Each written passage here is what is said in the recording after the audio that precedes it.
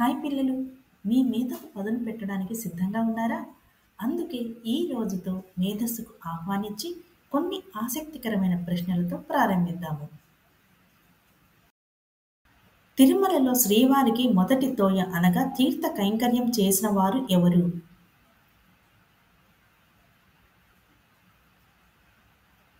తిరుమల నంబి.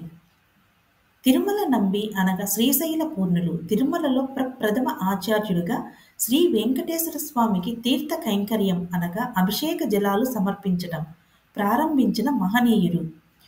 ఆయన రోజు పాపనాశనం తీర్థము నుంచి నీటి బిందెలను తీసుకుని వచ్చి స్వామికి అభిషేకం చేసేవారు.